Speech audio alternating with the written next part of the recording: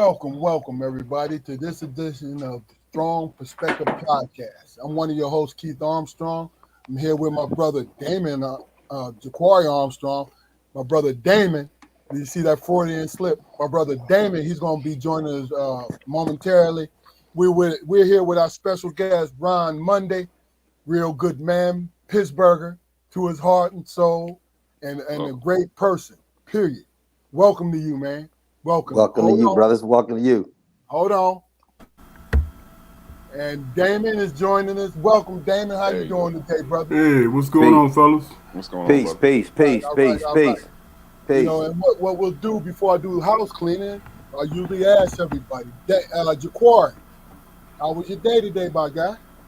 My day was fine, man.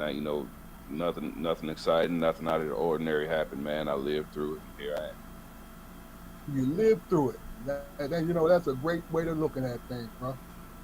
Damon, how you doing today, brother? How was your day? Man, my day was beautiful, man. It was 80 degrees today. The sun was shining. You know what I'm saying? I ain't mad with nobody. You know what I'm saying? So I had a great day, man. I see you with your incognito bucket on. That's what I'm talking about. Yeah, man. Yeah. Hey, I thought you was trying to lose us, bro. No, man. You know I'm die hard, brother. Win or lose. Ron Mundy, how you doing, brother? How was your day today?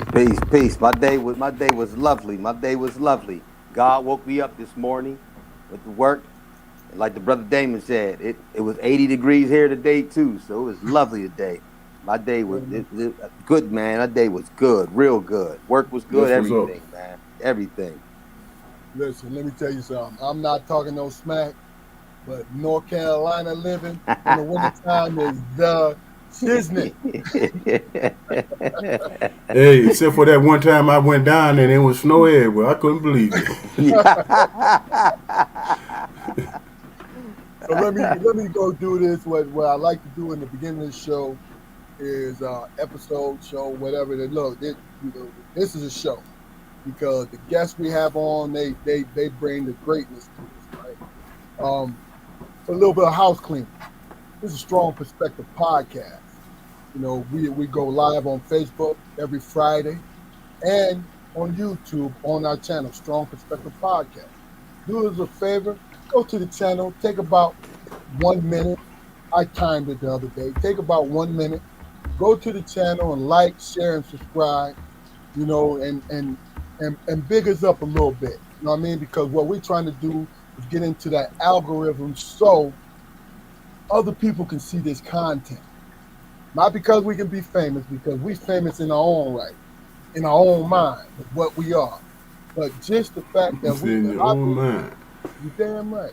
I believe that the kind of conversations we have and the kind of guests we have brings great content and great conversation. All right? With that being said, like, share, and subscribe to us, and enjoy this episode. All right, well, look, Ron, we go way back. Over 30. Over 30. You know what I'm saying? So let me just give you a little bit. I met this brother, when I was in my late 20s. You know what I mean? And we used to, we have about maybe 10 friends in common. So we used to run into each other all the time. And then I got to talk to him and really chop it up with him. And I saw this man's energy and his spirit. It's genuine. See, that's rare when you can say that about somebody. And I'm a hard judge. I don't have a right to be a hard judge, but that's what I am. You know what I'm saying? And I really am sincere when I call this man a friend. And we're gonna go a little further and just say that it's always good to meet people who you don't even know, and we chopped it up yesterday. You don't know how much you have in common until you have that conversation. And what was so wild about it,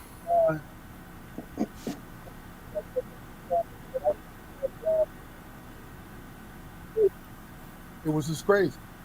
When we talked about our mothers, we talked about our fathers. And it's like, wow. You know what I'm saying? There's always greatness. All you have to do is just look around. So what we'll do is to give you a little bit of warm up, Ron. And I know you don't have no problem with this. Talk about who you are as being a Pittsburgh. Man, I'm that kid, grown. I'm still that kid, but a grown man now from North Side, the borough North Side of Pittsburgh. Um, Been here all my life. Went away to college, moved out, came back, got a job here and everything like that. There, um, love my city. I mean, I'm one of them cats, man. I love my city, man. Um, other than that, man, I'm just real, man. I'm a humble dude. I'm still that same guy, man. I'm humble. I mean, I got energy. I like to have energy, people around me, people with energy around me, and I could fit in anywhere, man. Any city I go to, I could fit in. If I, I've always been like that from day one. Me and you rock from day one, you Yeah. know, and like keep saying, man, I represent my city, man. I'm a Pittsburgh dude, man. 412 through and through. No doubt. No doubt. you know, that's me, man. Okay. So why don't we do this then? Because I believe you to be a genuine Pittsburgher. Why don't you talk about the evolution through your eyes of from you being a youngin' all the way up to this point? Can you give us a couple of things that you saw, the changes, things that's similar, and just go from there? Let me see.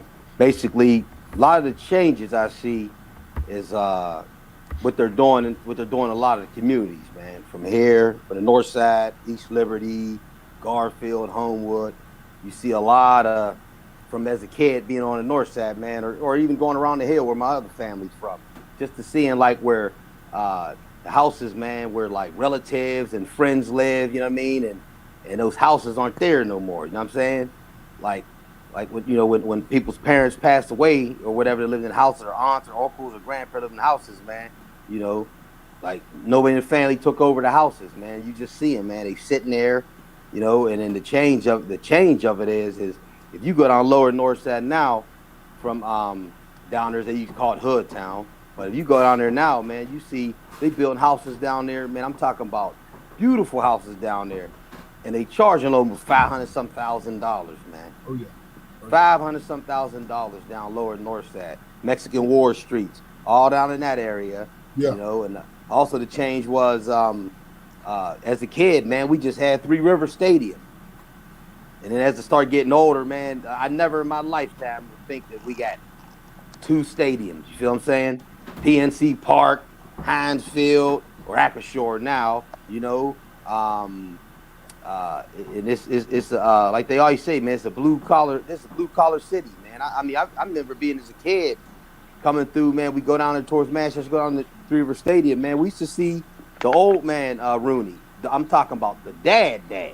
You know what I'm saying? I remember being a kid, man. We'd ride down on our bikes, man. And he was a real good. He was a good man. We'd ride down on our bikes, man.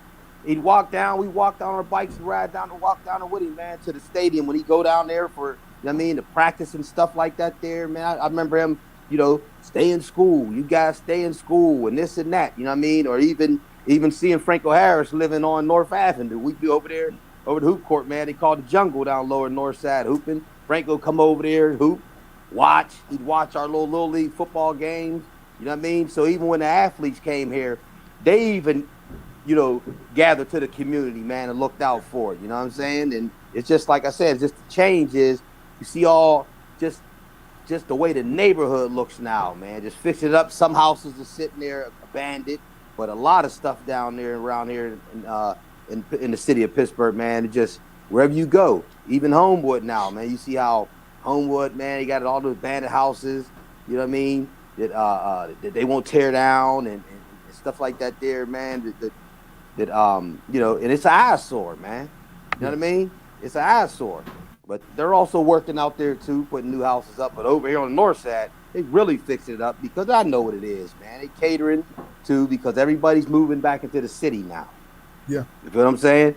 Everybody, when they move back into the city, where they're close to town, close to that casino. You feel what I'm saying? And everything like that there, man. Another change is that I see here is downtown's not like it used to be, man. Downtown Pittsburgh is terrible, man. Terrible. That's all you see, man. Them homeless, junkies, or just people down there, man. Uh, Stabbing and shooting and all type of stuff, man. So downtown is always different, man. It's not even like it was, like when you was here and stuff like that there, man. So downtown, it's just you want to go downtown no more. I mean, you can go down there, you want to go down there and eat and stuff like that there, but now you can't even do a lot of stuff like that, man, because what's going on down there. You know what I mean? But it's just like I say, man. I like to develop. I do like to develop it, because every other city developing, and it's good to see this city develop. You know what I mean? Get rid of all them steel mills and stuff like that there, man, and from all that pollution from those steel mills. So it's just getting with the times, man. I tell you, I just this on a personal note. I went to Pittsburgh in 1982, and that was on the ass end of the steel mill. Mm-hmm. So Sunday nights in Oakland, in Pittsburgh, around 9, 10 o'clock or so, you would get a smell, and it would be a mist going through Oakland, and that was coming from the steel mill. Yep. You know what I mean? Because what Pittsburgh was successful in doing was changing over from the steel mill to the technical electronic thing. You know what I mean? And that's what's so crazy about it is seeing the evolution of it. I'm gonna tell you just something that you said about as far as the houses and the youngins leaving their parents' houses abandoned. What we do, what we needed to be careful at, but it was more of a knee jerk, right? Our parents raised us to become more than them. Right. So indirectly, you're saying, if you want to become more than me, then you're gonna have to leave here. Mm-hmm. You know what I'm saying? You're gonna have to leave here, even though their houses are paid for. Right. You're going to have to leave here and go forth into your house. Right. You know what I mean? Right. And then the youngins is more or less like, okay. And it happened back in Detroit too. Okay, I'm here with my life. Now I got to come back here to make sure you good. And then when the parents pass away, if you have the forethought during the time that they were there, or they did, to keep up with the taxes, that you don't lose the house. Right. You see what I'm saying? Right. Because, like, we had projects back there at the crib, right?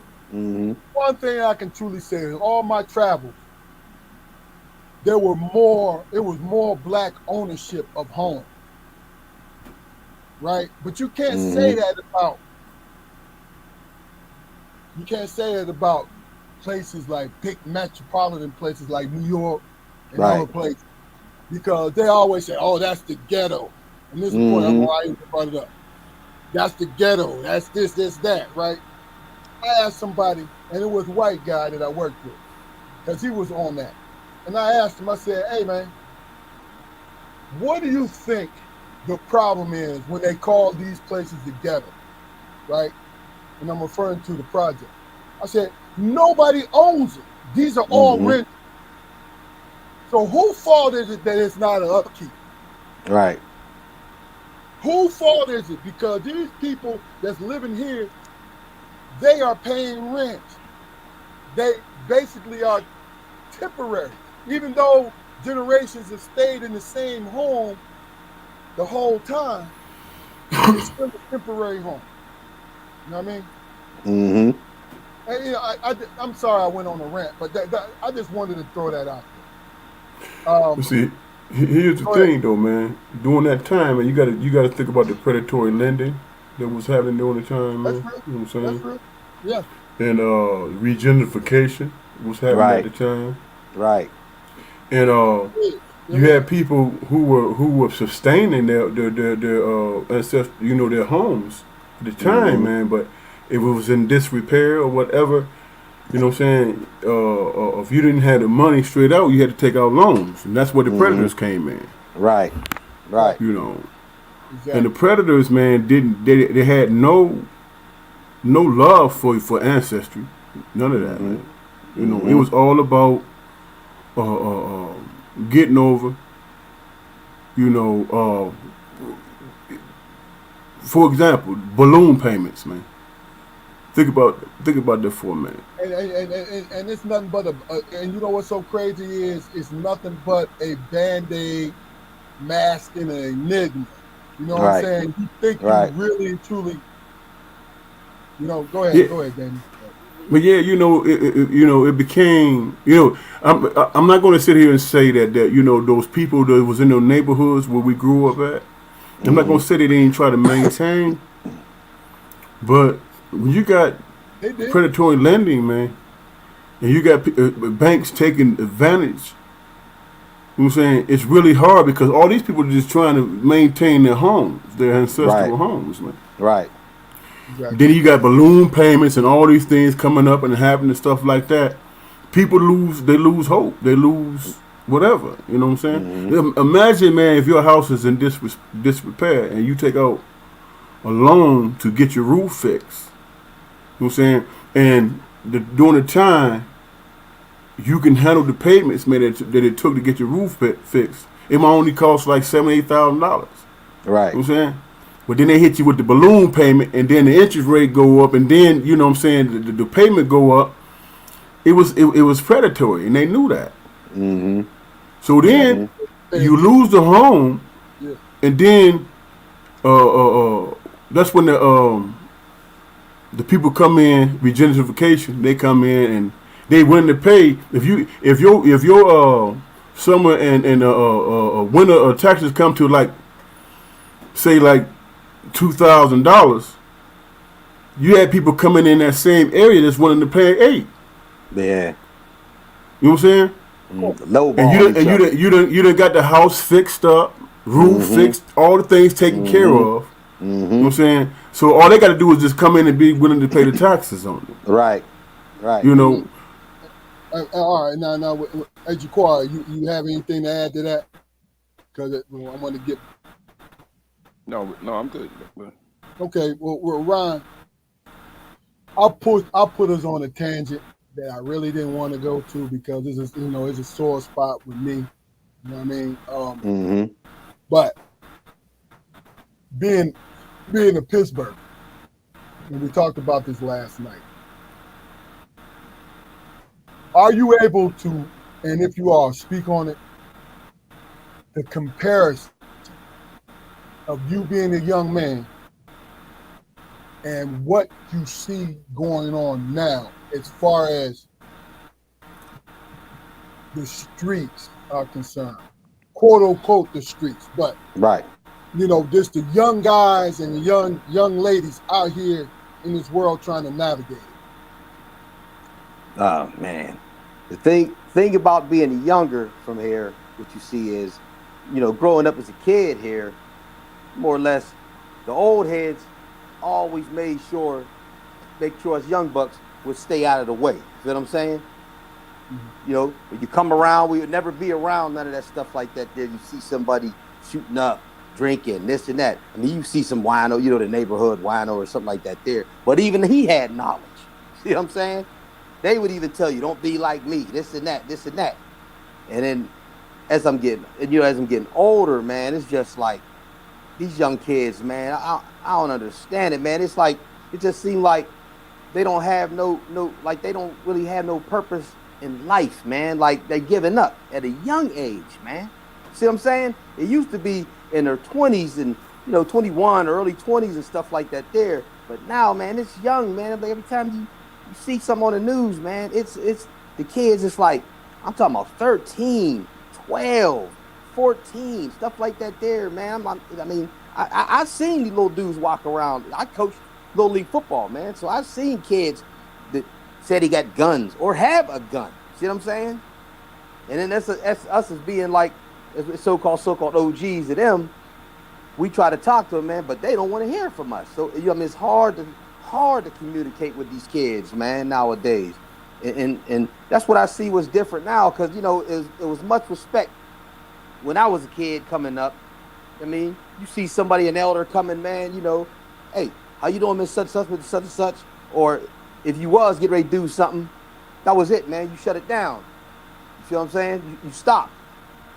Because 9 out of 10, either they knew your parents, or even if they didn't know your parents, it's just that it was an elder, you know what I mean? And you respect them. So we're now here, it's just, man, total disrespect, man. I'm talking about these kids, man, cussing in front of grown folks, man. You know what I mean? Won't hold the door open, man. If an older woman, older man come in, young bucks, man, they walk in the door, just let the door close, don't even hold the door, man. And that's the change that I see now. That and in the streets wise is coming up in our era, man. It was like women and kids, whatever anybody was doing bad in the streets, women and kids was off limits. But now here, man, and I'm quite sure, and matter of fact, I'm not even quite sure, because I see the news on my phone. It's in every city. The way you see now, man, you see more and more females getting killed and kids. Yeah. So that's the change in it now. You know what I'm saying? That's the change in everything now, to where, I'm older now, man. I go to work, stop at the store real quick, and I'm back home, man. I never thought that I'm saying that you'd be, as a grown man, you'd be scared to leave out and go to the store or something, because you got to look over your shoulder. It's a grown man. Nowadays, man, I'm saying nowadays trauma and dysfunction have been normalized to the point, man. Oh yeah. It's everybody knows what the problems are. Everybody knows what the roots of the problems are. Mm-hmm. We fight the solutions though. Mm-hmm. The solutions rarely make you feel good. Right. I mean, if you take chemotherapy, for instance, I mean, it's bad. In some cases, it's worse than a doggone disease, but it's necessary. Right. I mean, we have to cull our mindset as a community, man. At this point, Mm-hmm. Not necessarily go back to zero, but I mean, rarely do you find a household where the parents are standing on the basics. Yeah. That's a hell of a analogy, bro. That comparison, man. Whew. Mm-hmm. But to be honest with you, is it the fact that we rarely see it, or is the fact that, see, I take responsibility if my sons are a certain way, if they're selfish. I take responsibility for that. Right. Because guess who's raising them? Guess who's actually teaching them about the world? So if they make a choice, and I'm not saying my sons are like that. What I'm saying is, because I've been blessed. But what I'm saying is, if they were, half of that's got to be looking at me. Mm-hmm. You know what I'm saying? Mm-hmm. Now,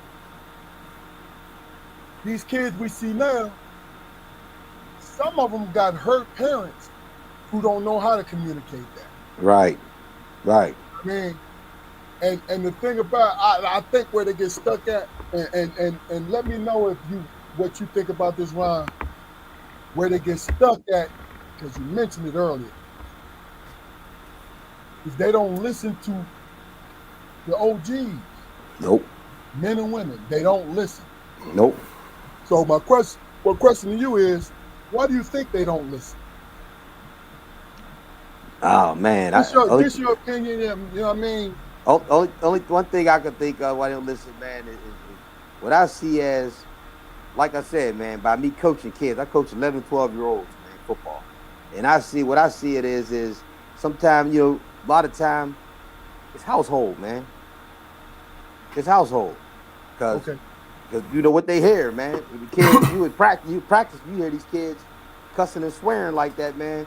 And then next you know, man, you come down and then when you see their parents, man, they down the field cussing and swearing. You feel what I'm saying? So now you be like, okay, that's where they getting it at. You feel what I mean? That's where they getting it at, man. Yeah. And at the household, man, you got to tell them kids that ain't right. That ain't good to do that, man. Go out there cussing out the streets and this and that like that there. You know what I mean? Yeah. And that's what I see it as, man. Sometimes it's just, and like they always said, it take a community to you know what I mean, to raise a child, man. And that's a dead end, man. Because like I said, man, them kids don't want to hear it, man. You try to talk to them, and they so sensitive when you say something to them. Like I tell them, man, talk to me, look me in my eyes, man. Don't look at the ground. You be a man. Yeah. You know what I'm saying? That's a problem. You look down on the ground, man. No, be a man. Look at me in my eyes, man, when I'm talking to you. You know what I'm saying? That's the first thing that they do, man. They looking down at the ground, and you know what I mean? And the eyes get the water up. I say, man, you can express yourself to me and tell me what's wrong, man. Don't make you soft. You know what I mean? Don't make you soft at all. That's the problem. The kids think, man, because you got some emotions, man, that you soft. Man, that don't make you soft, man. That make you a man. Feel what I'm saying? That make you a man. You know? Even the baddest cats, man, cried, man, and got emotional before. You know what I mean? That's what I see it. That's what I see it as, man. Jaquari, what do you think? Now you mentioned Ron. You mentioned crying, man. I mean, if some of these dudes, man, if they just let it happen, I mean, because you can see that during certain situations they're at the brink of some kind of emotional release, right? But they hold it back because they think that's what society, like you said, Ron, deems to be soft. But that same release, man, will clear up a bunch of trauma, man. You gotta let that shit go. You gotta let it go. It'll get your mental state right. Holding all that stuff in, make you mental, man. Holding all that in, make you mental, stressed out, depressed, and everything. When you release that, man, release them tears, man, and get that out, man. Let that energy out, man. You know what I mean? So, Jaquari, is that your answer, or do you have another answer, or why do you think it's like? Well, I mean, just when we, in terms of household discipline and everything, man. Again, Ron mentioned, how we see kids, just being, acting away in front of grown folks, cussing in front of grown folks or whatever, and in certain situations, we might admonish those kids for, using that language and being out like that, and bringing the spotlight on them. And that's where we stop it usually, man. But if we were to, at the same time, stroke them and poke them, like, hey man, you can't be out here with all that cussing and all this, right? All that vulgar behavior, man. Right. That's that the thing that pushes them to have that vulgar attitude is still in them. So as a responsible man, you got to nurture them to use that energy in a positive sense. Because like I said, whatever drove them to to do all that loud talking is still in them. So put a book in his hand. That's right. No doubt. Put a book in his hand and give him other words to use besides swear words. Right. Even if they don't use them, they always had the option. Right. Yeah. I coach the kids, man, to be men. You know what I mean? I just about them sports. You know what I mean? I coach them to be men, and they can talk to me anytime, man. You know what I mean? That and what I also do, man, what I don't like is when I'm the coach, but another thing is what I always tell them kids, man, hey, you know what I mean? If one of us coaches riding you home, or if I'm riding you home, man, I want to meet your parents, man, so they know who I am and who's bringing you home. You feel what I'm saying? Bad habit of that too, man. They just jumping in them cars, man. And I said, nah, man, I want to meet your parents, man, and let them know. I'm Coach Ron.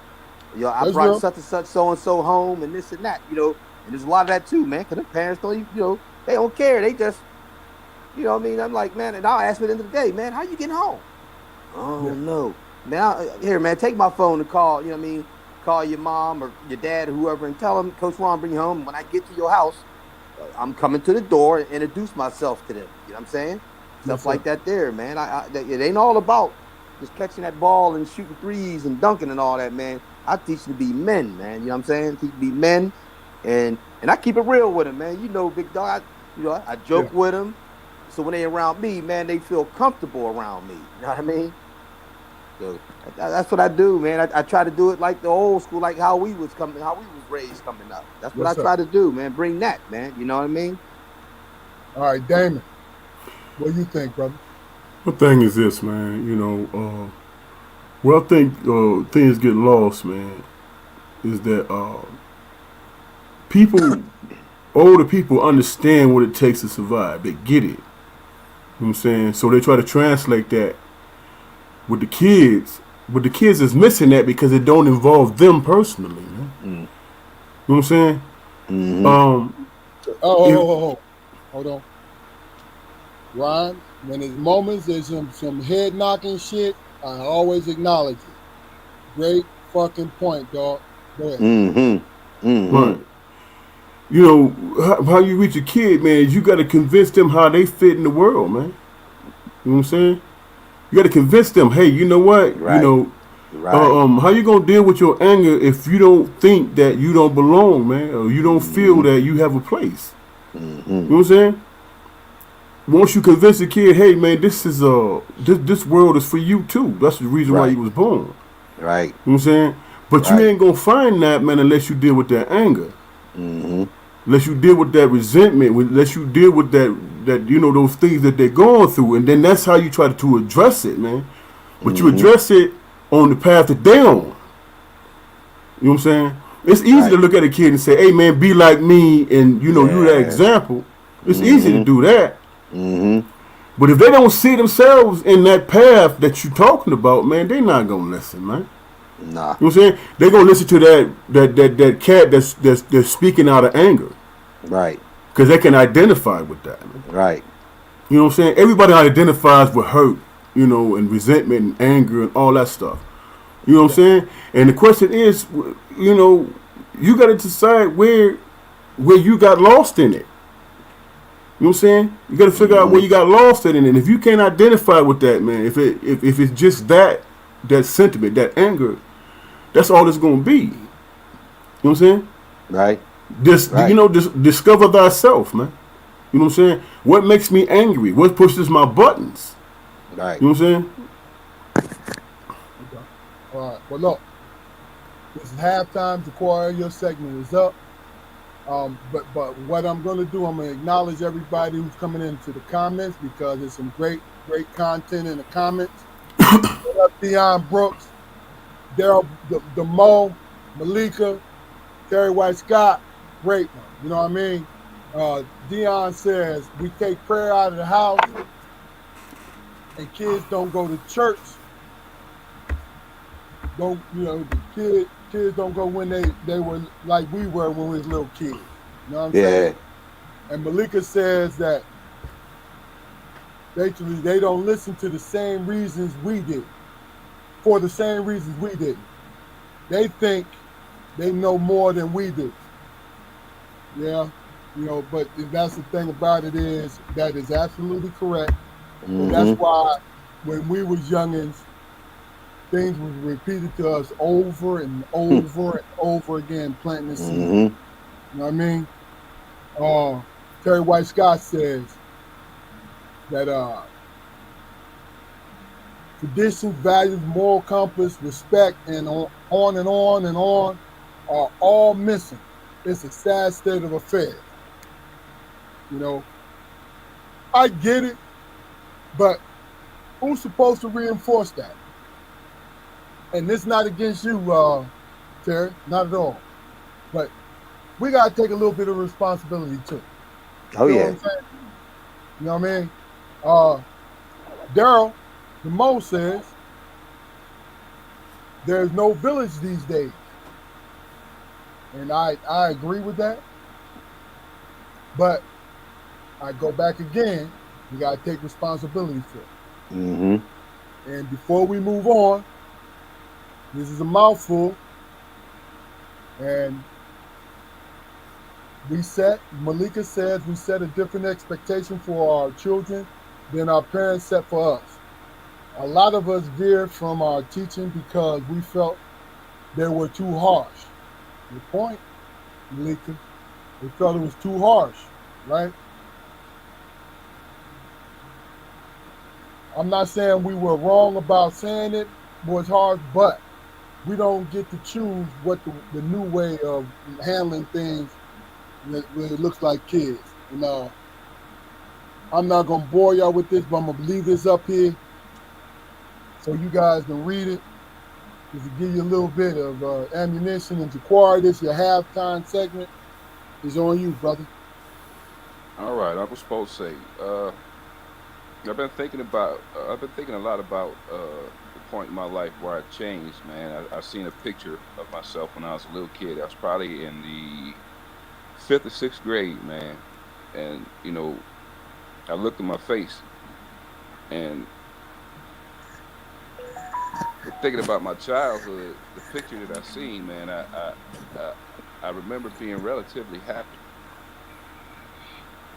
And I asked myself, at what point did I change? I'm not saying that I'm not happy now, because there certainly are times where I have everything that I need. You know, not a care in the world, and all dots are connected. But it disturbed me, man, because I really, really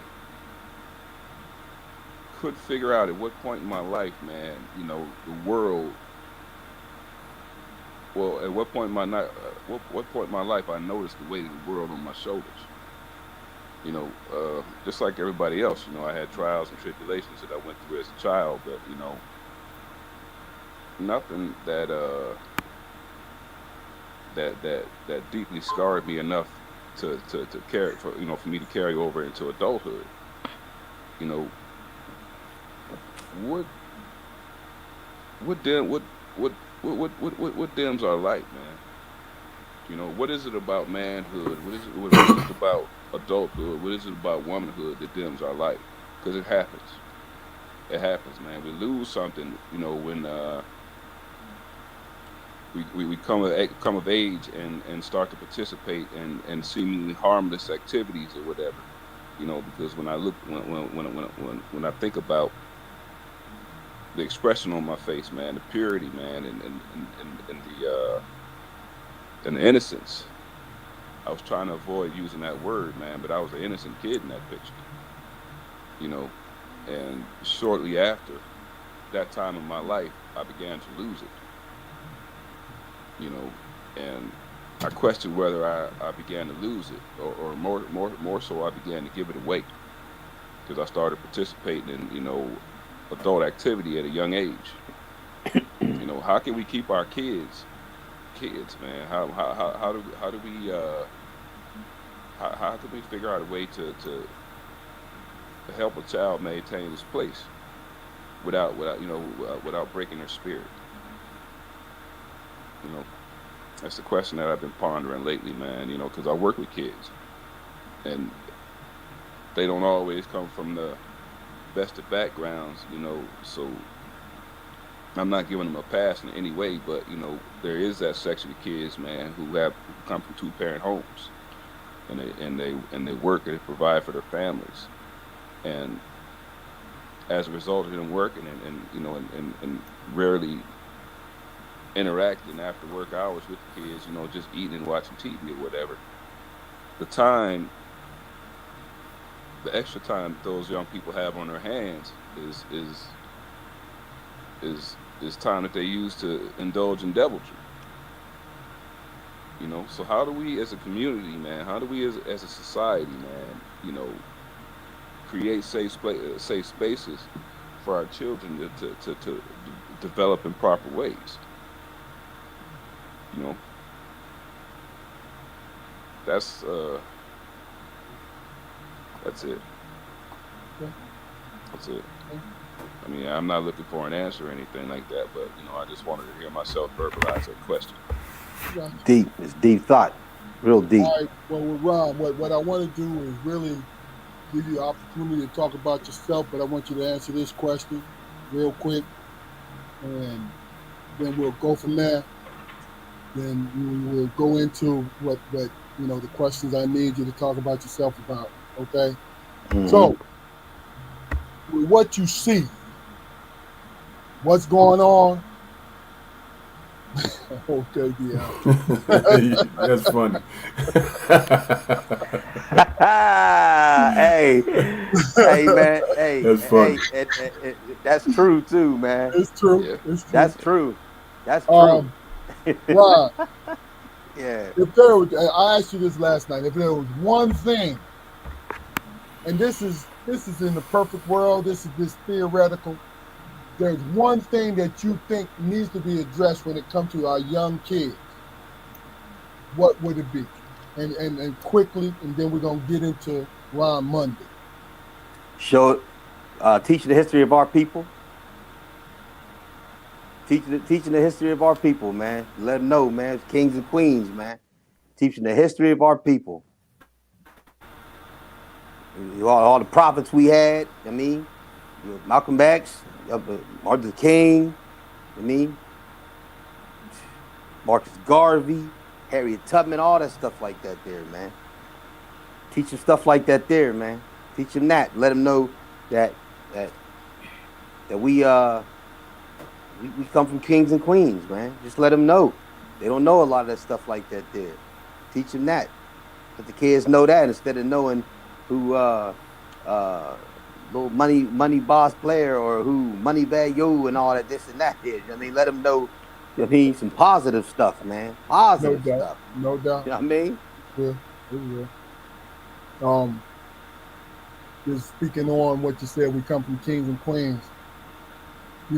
I had, and it's a funny thing having conversations. I don't know why I must look like I will entertain these kind of conversations, and I disappoint them every time they try to bring this dumb shit up. Like he's like, well, Key, one of my ex co-workers, well, Key, white guy. You always say you come from kings and queens. Do you mean that every black man and black woman was a relative of a king and queen? I said, listen to, and I'm going to give you guys the real of what I said.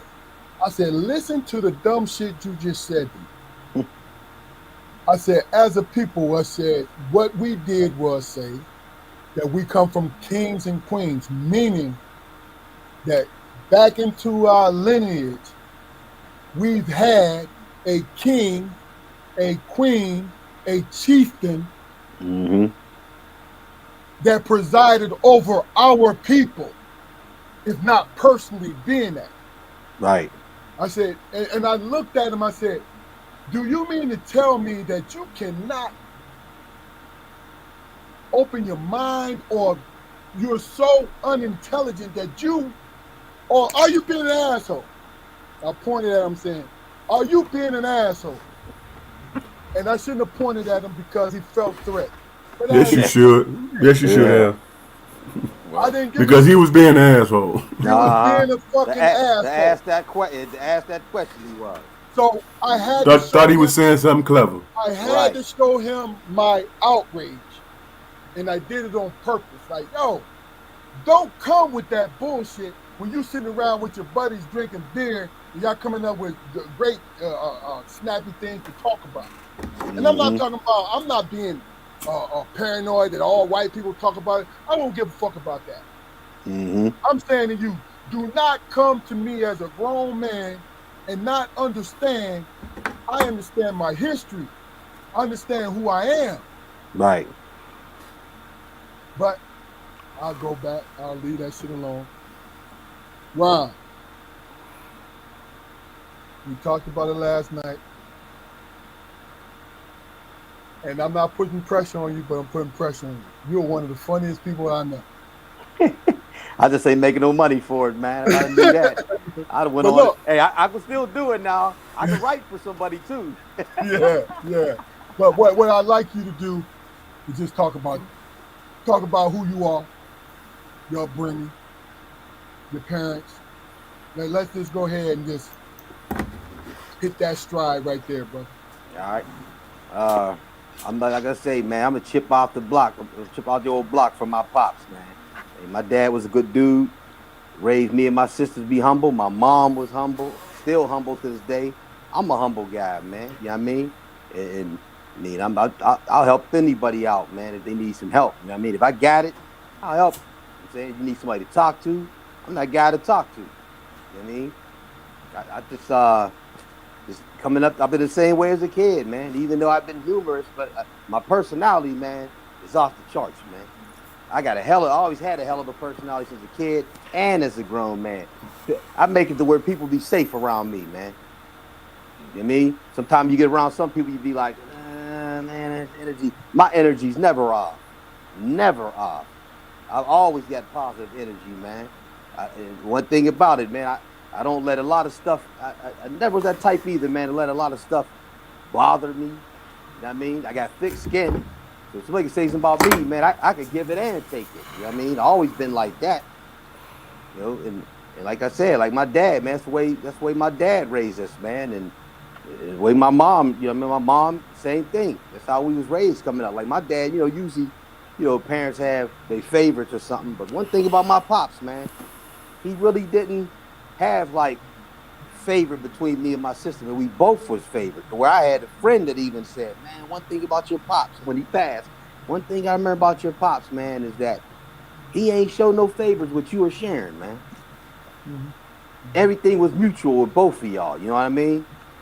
Stuff like that there, man. And I see the older I'm getting, I'm like that with my kids, man. Like I could talk to my dad about anything coming up, man. Or my mom, you know, bad or good. You know what I'm saying? I could always sit down and talk with them, and that's how I raised my sons, man. They could talk to me about anything. I mean, to this day, man, my son is 27, the oldest will be 29, and you know, we rap with each other, man, and you know, they grown now, man. They, you know, they be talking to me, man, and be cussing about what's going on out in the street, this and that, man. And it's just, and I sit back when we talk like that. I'm like, man, I used to do this with my dad, man, and now here I am with my sons talking like that. You know what I mean? And they safe to talk to me about anything, you know, since they were little, you know, and but it's just the type of guy I am, man. You know what I mean? You know how I've been, man. I'm a good dude to be around, man. Okay. Well, do me a favor. Talk about your mother and your father individually. Individually. Yes, sir. Let me see. I'll go with my dad first, man. Like I say, my dad, man. Rest in peace to him. But my dad, man, was a hard worker, man. Always had a job. And he'd even tell you, man, if you was on that street stuff, hey, man, look, I don't condone it, but if it is what it is, keep you a job. So if something go down, man, some police come knocking at the door or whatever happened, they know where that money really come from that check you get from that job, you know. And he just put that, my dad, man, he just put that work ethic in me, man. You know what I mean? Even as a kid, man, I'm like he always had a hustle with anything, man. Even though he was Port Authority, but I remember, man, I'd be with my dad, little cat, man. I was a little cat, man. My dad, man, went on, man. We was selling Avon, man, riding around in the van, selling Avon, man. Me, my dad, my cousin, man, selling Avon, man, making a little side money, man, making Avon. Also, too, man, I remember my dad, man, to get our furniture back in the days, man, we was kids. He go down, he's pool shark. You know, shoot that pool, man. He go out in the pool, man, pool shark. And my mom would get on him. He go, my piggy bank. You go on that boy's piggy bank? That's all right. I put more than I took out. You know what I mean? That's just how Pops was, man. Yeah. And my mom held it down. My mom's strong woman, man. My mom always made sure that he wasn't doing too, you know, real crazy with the money going here and this and that. I mean, my mom watched that budget, check everything, this and that. And even to this day, man, my mom, man, always had a personality. That's where I get my personality from, man. You know what I mean? I could say anything to my mom, man. To this day, man, that's where I got my outlandishness was from my mom. My dad, like I said yesterday, my dad was laid back funny. You know, he'd say laid back funny. My mom, outlandish funny. You see what I'm saying? That's who I learned to cuss from, man. You know what I mean? That's how Mom Dukes is. And to this day, now she older now, she'll say, oh, shouldn't cuss around the kids. Like, Mom be 54 years old. I hadn't heard everything. And you know what I mean? Just the household was even funny, man. You know what I mean? Yeah. Just even to hear my mom and dad, man. Like here, here's how real it was my household with my mom and dad, and that's how I was always like seeing how the relationship was, man. To where my mom and dad, my mom would rip on my dad, man. Mm-hmm. You feel what I'm saying? She come in there, man. He come in the house, man, and he come walking down the stairs or something, his drawers or something, man. She come, hey, here come Mr. Panties, man. You know what I'm saying? No, I mean, that's how it was, man, at our house, how my mom and dad was, man. Just Yeah. you Yeah. could always be yourself around them and didn't have to sugarcoat nothing because the funny and the genuine love, man, was I mean, it was sky high, man. And it's Yes, still sir. like that to this day. You know what I mean? Still like that to this day. Like I said, man, my mom, she worked hard. You know, she was that type. She wanted to work, man. She didn't want to be home. She wanted to work. And my dad, man, like I said, get them hustles, man. He get all us kids when we was younger. Me and my friends and cousins, man. He he get hey, y'all make some money. I mean, we go down there and sell newspapers, man. You know, take newspapers out the box. Back in the day when you live it down, put money in there, go through the neighborhood selling papers, man. Like I said, selling Avon on the side, man. Everything. Rolling around in the van, man. With them old 1970s, man. Old two-tone van, man. You know what I mean?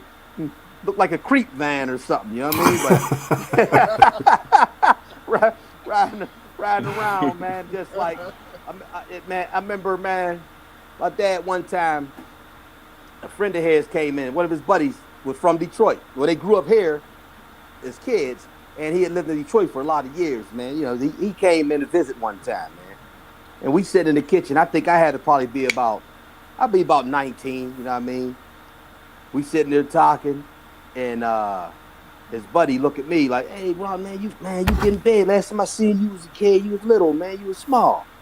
And yeah, and he just said, yeah, bingo, Ron getting big, this and that. First thing my dad said, man, was like, yeah, well, he got to go to sleep sometime if he think about jumping on me.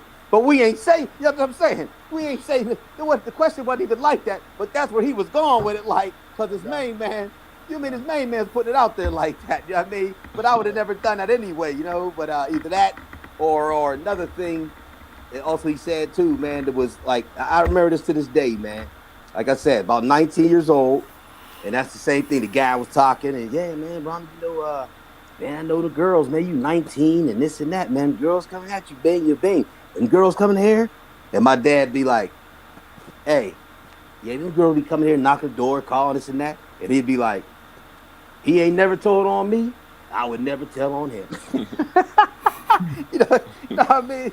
Just like I said, man, it just with my parents, man, it was like it was showtime, man. You know what I mean? I mean, there was ups and downs, man, stuff like that there, man, tragic and all that stuff like that there, and you know, get on, you know, they do right, this and that, or whatever. But other than that, man, I could always, me and my sister could always talk to our parents about anything, man, anything. You know what I mean? We didn't have to hide nothing back or nothing like that. We could talk to them about anything, man. And like I said, man, that's how my work ethic. That's how my work ethic always been.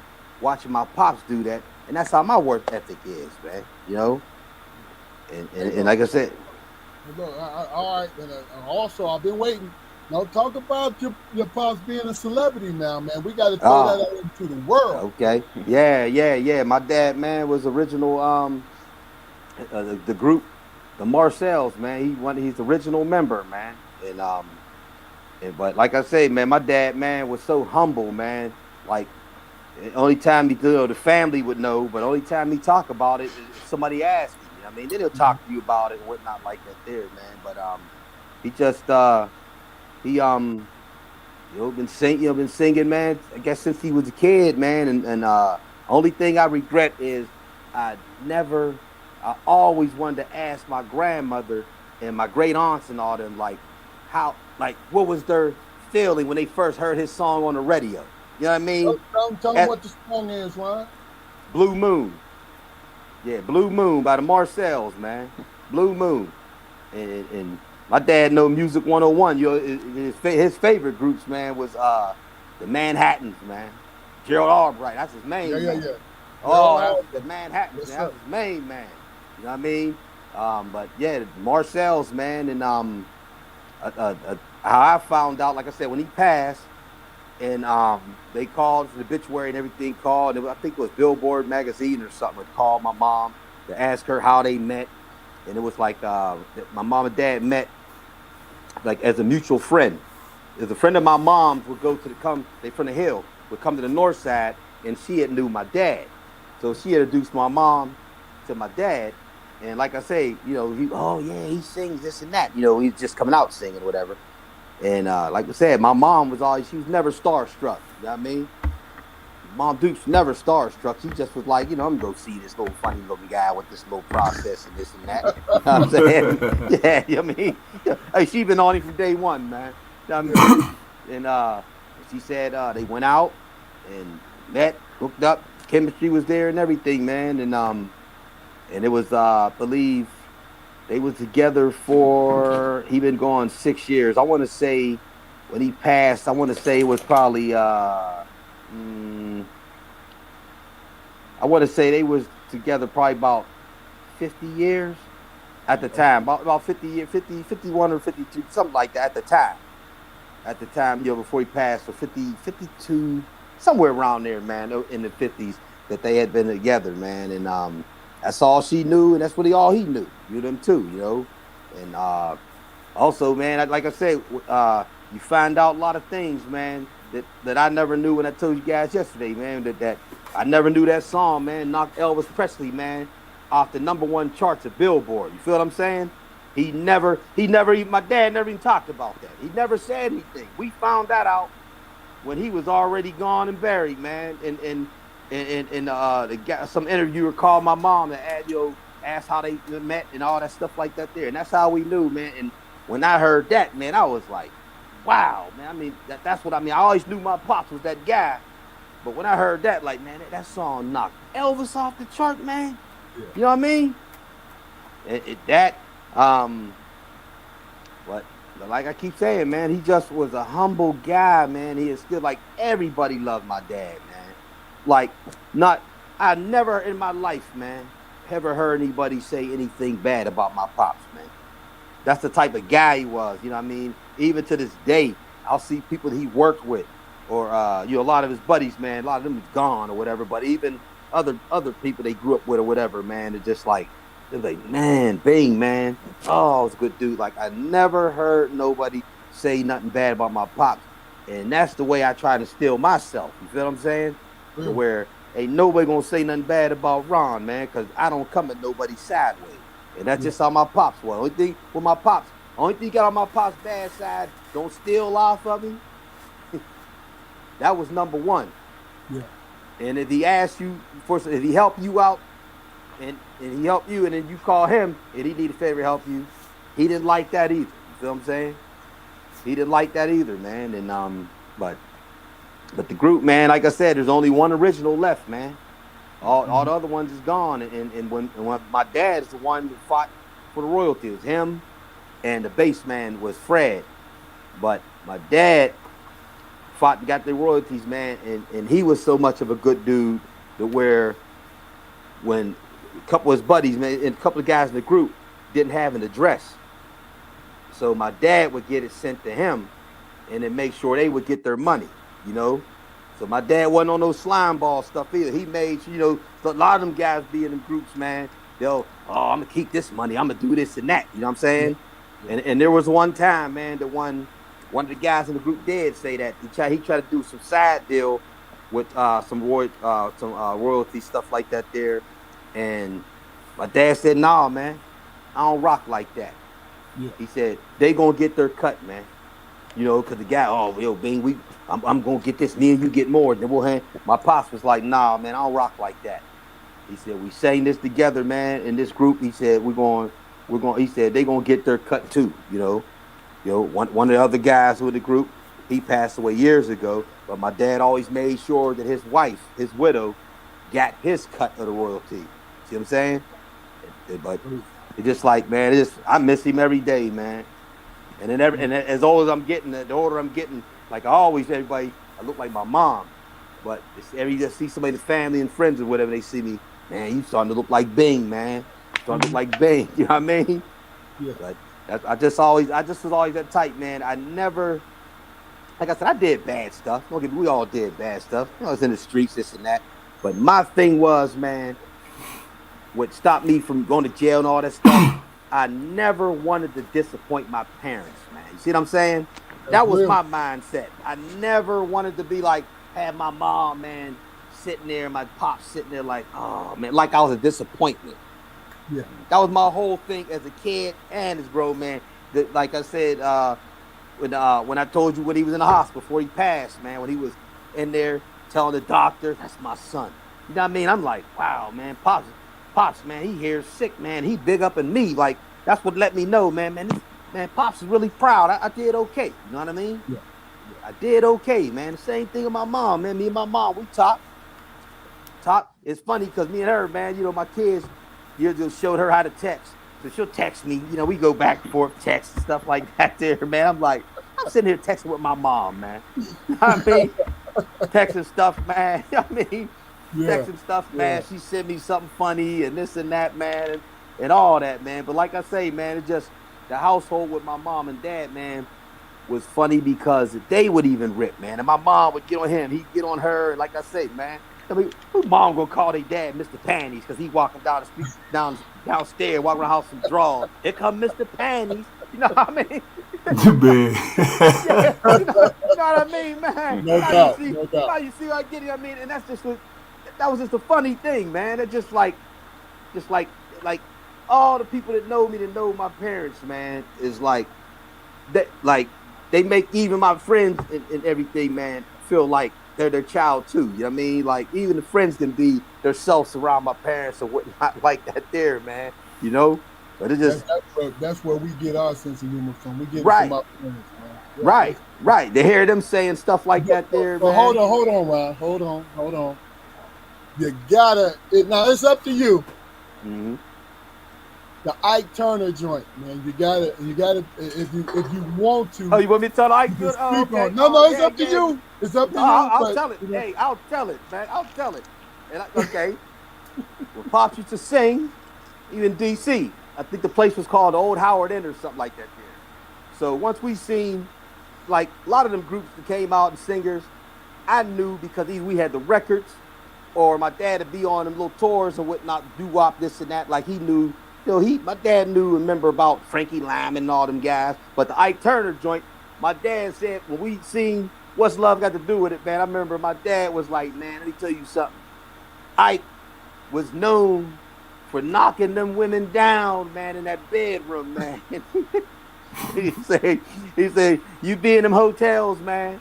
He said, you didn't know whether he was whooping them up or he was beating it up. You know what I'm saying? See what I'm saying? You know what I mean? And then now every time I see that movie, man, I sit there like, man, you know, Pops, he got that in my mind, like, Ike Hackett, man. Like Ike was that dude, man. My dad be like, man, hey man, don't bring your woman around Ike. Cause he said, man, you didn't know whether he was beating it up in the sheets. You think he might have been whooping him up, man? Like whooping him up. But he said, man, you come up there, man. Damn, man.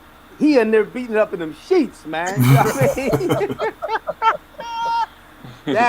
that and if I can, man, I'm gonna tell you another story. When they was in Chicago, how street smart my dad was. Okay, go ahead, man. My dad was so street smart, man. They did a show. He said they did a show in Chicago. Now the bass man that did the Bob of the Bob, his name was Fred. Fred be in there, man, you know, oh man, them women. Now my dad was always on his P's and Q's. That's where I get it from. It's aware of its surroundings. So they in the club in Chicago after they did a show. So my pops was like, seeing the girl, you know, this lady, she all on the dude Fred, man, you know, because Fred got his hair slicked back and this and that. So she peeping him. So Fred like, yeah, bang, man. I'm going to go out with this, you know, I'm going to go do my thing. We going to go. She said she lived around the corner. My dad, let me tell you something, Fred. He said, hey, man, keep your dick in your pants, man. He said, you know what I mean? It's a bad move. Fred, oh, no. He said, I'm telling you, Fred, She trying to get you, man. Somebody out there, she trying to get you. She talking to you, this and that. So he finally got Fred to, all right, nah, tell the lady, nah, I'm cool, no, I'm all right. So here they walk out, and when they walk out, they come out the front door. My dad said, look down that alleyway. Sure enough, man, about 4 cats down that alleyway waiting for his ass to come out there with that female, man, so they can whoop his ass and rob him and his shit, maybe kill him. You feel what I'm saying? That's just how aware my dad was, man, with that, man. You know what I mean? He that was his thing, man. He was like, man, I'm not going out here, man, and this and that. I'm here to sing, try to make a couple dollars, this and that, man. I ain't parlaying in this city, man. We ain't from Chicago. You feel what I'm saying? Yeah. Yeah. Saved his life, man. Saved dude's life. You know what I mean? But just the whole story to that, man, is just like, man, for days, man. The story for days, man. It's just stuff like that there, man, you know? And what stopped me from singing is the last time, I think, he said the last time, I think my older sister, Sharon, was born. And I can't remember if my mom was pregnant or my sister. I think my sister, it was right before my sister was born. And he was doing a show out of town. And my mom said, my dad called home and was like, I'm coming home. He said, because this singing thing ain't working out. I got to get me a job. You feel what I'm saying? And that's when he came home, got a job. Man. You know what I mean? Because, back then, man, you weren't making no money like that. They was getting robbed, by whoever owned the company and stuff like that there. But came home, got a job, man. And then he would occasionally, over the years, they'd occasionally still sing, do a little singing around the neighborhoods and little legions and all that stuff like that there. And the one proudest moment, he made it to not the big Rock and Roll Hall of Fame up in Cleveland. Mm-hmm. He made it to, I think it was like the Doo-Wop or something Hall of Fame in Boston, man. Up in Boston. He went to that, man, and he was proud of that, man. He was proud of that. Let me tell you something. Pittsburgh is a musical city. Oh, yeah. Especially when it comes to jazz and early doo-wop. That's real. Crawford Grill, man. The Crawford Grill. Yes, sir. Crawford Grill. A lot of people from here. George Benson, Lena Horne. Yes, sir. Yes, sir. George Benson. George Benson. I have. So this next joint is, and I want the three of you guys to answer. We'll start with you, Fluke. What is the biggest thing that you can carry away from our parents? And Ron, your parents. The biggest thing I can carry from my parents, man, was to be the best you can be. You know what I'm saying? And create your own lane. You know what I'm saying? Don't be a follower. And accept responsibility for your failures. Man. Yep. You know, that was the biggest thing that I learned from my parents. Man. Because once you turn 18, what came out of Pop's mouth? I raised you, man. Mm-hmm. You know what I'm saying? Mm-hmm. Make a decision, son. Mm-hmm. Make a decision. Yep. Yeah. Jaquar. The biggest thing I could take away from our parents, man, is a sense of understanding. They weren't the kind of people who would relegate somebody to a caste system. They understood that everybody had a journey and everybody had a story, and along the way in those journeys, they picked something up. So whether it was nonsense or whether it was the gospel, my parents gave that person an opportunity to hear him out, and that's what I carry over from my parents, man. I hear you out. Ron. Yeah, but that's what Dane said, man. Just biggest thing I can, man. Like you say, man, be productive in society. Don't be no follower. Budget yourself. Whenever you working, budget your money, man. You know what I mean? And just take responsibility. Like you said, take responsibility for yourself. Like you said, when you hit 18, you're a young man now. You know what I mean? You got to learn how to do things on your own. I can get you to that door, but it's on you to get on out there and walk out there, man, and get on you, stand on your 10 toes, man. That's the biggest thing, man. Just be productive, get that work ethic, and be humble, man. Be humble. Um, this is one of the questions I'll answer. Also, my biggest takeaway is, and I did it begrudgingly, was a sense of individuality and responsibility. You would think that those two things go hand in hand, but not really. Because if you have individuality, you don't have to be responsible to other people, right? But for some reason, that's what I took away from them. Like, yo, understand that you need to take care of you and yours, but there's going to be a way,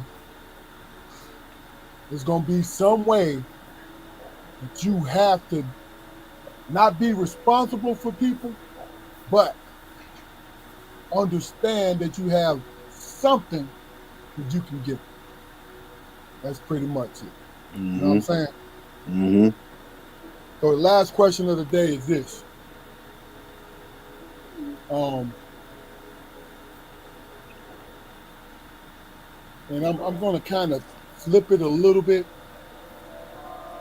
Knowing who you were at 19 and 20 years old, Ron, Damon, and Jaquari, could you navigate today at 19 and 20 years old? Now, I'm going to give you a little bit of advantage with the mind that you have now. Would you be able to navigate today at 19 and 20 years old? We'll start with you, Ron. Let me see. You know what? I think I could, man. My 19, my 20-year-old self. Because even back then, man, I was I was on my grind, man, trying to get a job. Because like I say, man, I didn't I was in college, but at that time, man, you know what I mean, I didn't finish, you know what I mean, messing around, you know, in school and college, man, partying this and that.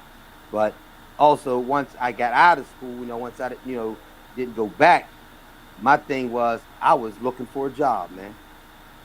I was on my grind looking for a job. So my mindset was actually only thing then was a little bit different is that, you know what I mean, is the money wise. You get your money, man, you blow it. You going here doing stupid stuff with the money and this and that. So that's about the different thing about it. Couldn't handle that money right like I do now as a grown man, you know. But that's about it, man. But other than that, man, just hustling, man, and trying to get a job, man, and earn my keep, man. And be on my grown man. I think I could, man. I think I would. I would. Okay. Jaquari. In certain aspects, man, I say, yeah, I would probably, I would be successful, man. But when I really get down to the bare bones of it, man, when I was 19, 20 years old, I was I was the definition of a people pleaser, man. So I wanted to be a part of what was going on, man, and the state of social media, nowadays, man. I can't say that I wouldn't have been on there trying to flash my gun and my money and everything, man. I was Mm-hmm. I was a child, and certain things about my mindset now. I enjoy the spotlight, so I don't see I don't see myself, making moves from making different moves from the young people of today. Mm-hmm. The only advantage I believe I would have had was the comeback, because I would have failed because there's too many temptations in the world. It's just, I mean, things are just too easily accessed nowadays.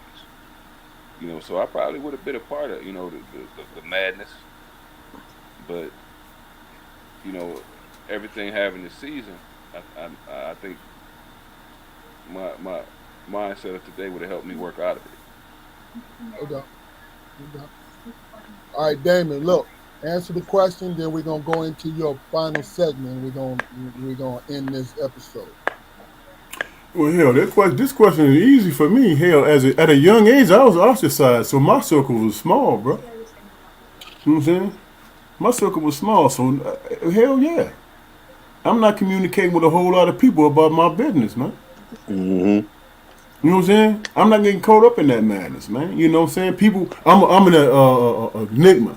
People wonder about me. Always have. Gotcha. You know what I'm saying? So no, I wouldn't be, caught up with the same things these people are caught up with, man. About personal stuff because my circle was small. Okay. Okay. All right, well, it's on you, baby. Take us on home. Um, I had a dream about one of my mentors, man. This nun at the college that I went to. She was my mentor. She guided me in a lot of good places, man. White lady. And I remember my first class with her. She gave me an assignment, and I gave her this fluff stuff. You know what I'm saying? You know what I'm saying? Stuff that I think she wanted to hear, and all that. So when I got my paper back, man, there was red ink everywhere. It was like crazy. It was more red ink than the damn paper, man. With the words that I wrote. So I took the paper back to her. I was like, "What's going on?" And she, what she said? She looked at me and she said, "Damon, you're a black man. What is this? This ain't about your experience." Damn. You know what I'm saying? You trying to tell me what you, as a white woman, you trying to tell me what it is that you want, that I want to hear. You know what I'm saying? I studied with James Cone. She started naming all these cats that she did, work with all that stuff. And I was like, okay. So I said, okay. So she said, well, tell me what it is, man, about you that you want to give to the world because you in college now. You know what I'm saying? And it's time for you to present yourself. And I was like, still giving her the same fluff. She said, man, it was this one man that existed in this world who was about who he was and his experience that everybody followed now. And I'm like, oh, okay. And she said he was a black man. Key point. I said, okay, who was this you talking about? You know what she said? She said, Jesus Christ. Mm. And I was like looking at her like, okay, now I ain't finna fall for the trick bag. What's going on, man? Where you coming with this? And this is exactly what she said. She said this was a black man who was on the occupation of a white country, who was the Romans, who, she said, everybody, people think everybody followed him because of the miracles that he did. She said, but that's not the reason. She said they followed him because he kept to his culture. You know what I'm saying? He believed in his cultures and he believed in the men that came before him. You know what I'm saying? And that's what he talked about. You know what I'm saying? He was devout in that. That struck me. I said, wow. You know what I'm saying? Other than my parents, there was another person that made me proud of being a black man. You know what I'm saying? It made me proud of being a black man because she did not want to hear, the bullshit. She wanted to hear my experience, and then she followed up with, "If you true to that, then you're gonna have people follow you. You're gonna have people listen to you. But if you're not true to it, then you're gonna be lost just like everybody else." And I took that with me my whole life, man. She told me that shit when I was 18 years old, man. Mm. And when I think about it, all I remember is that red paper. You know what I'm saying? I mean, all I remember is that paper with all that red writing. What does this got to do with your life? How come you ain't speaking? You talked about your dad in this aspect. Give it more detail. What type of man was your dad in your life? That kind of shit. Mm. You know what I'm saying? Mm-hmm. So I was amazed with this woman, man. You know what I'm saying? And the whole time, she a nun now. The whole time she just smoking a cigarette, man, talking about this ain't it, Damon. You're a young black man, Damon. You need to speak on that. And I never ever hid the fact that I'm a black man. I ain't no African. I'm a black man. I ain't no African American. I ain't none of that. I'm a black man, and that is something that I cannot avoid, man. So I might as well give you the real. You know what I'm saying? And that's about it, man. Okay, we're gonna give you the last word, Ron. But I wanted to say this. This has been which we expected, a great fucking episode. Told you that last night, Ron. And and that was exactly what we predicted. I agree. You know what I'm saying? Yep. And really and truly, I've always loved who I was as a black man. That's all I got to say. Oh, I'm sorry. My wife just said it. Her name was Donna Custis. My fault. Okay. My wife, she put it up there. Sister Donna Custis. Look, you gave her the name, but you gave her the credit before you gave her the name. So we good. You know what I'm saying? Right. Right. Ron, you got the last word, brother, before we get off this live, man. Hey, man, all I could say, man, I appreciate you, brother, for letting me come on, man. I like this platform, man. I really like it. Y'all doing big things, man. And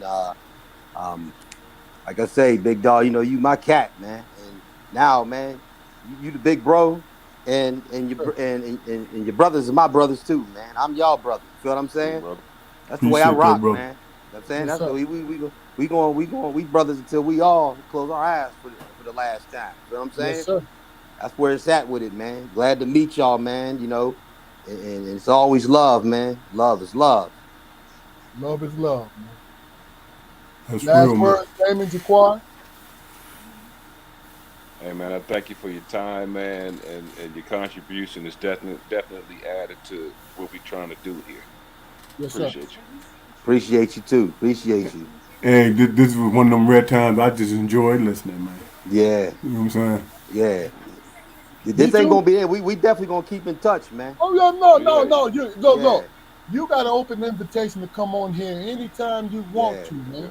Yeah, if you want to come on, this motherfucker and talk about shoelaces, let me know. Definitely. Hey, big dog. You know I'll do a set, man. You know I'll do a set. you know I'll do shaboing, boing, boing.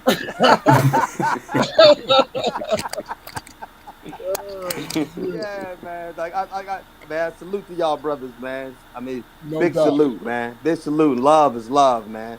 Love is love. This is a Strong Perspective podcast. And look, we have conversation with everyday people because everyday people make this world go round, period. Right. Hey, stay on, Ron. All right. We go off live. And make sure you go to our channel, man. Like, share, and subscribe because we got some great content, and this is what we're doing. Peace.